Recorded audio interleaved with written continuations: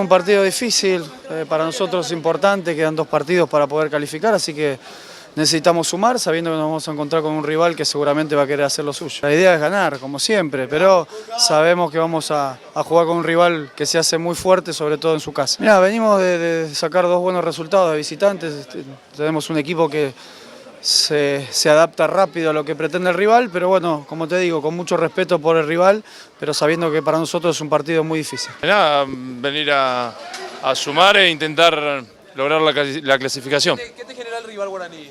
No, es un rival complicado, obviamente necesita los puntos como también nosotros. Sí, la verdad que sí, y muchas cosas porque ellos tienen grandes jugadores. Sabemos lo que tiene el guaraní y bueno, nosotros venimos a hacer también nuestro partido y tratar de ganar. Bien, la verdad que contento, me recibieron muy bien y bueno, espero también yo de alguna manera devolverle toda la confianza que me dan.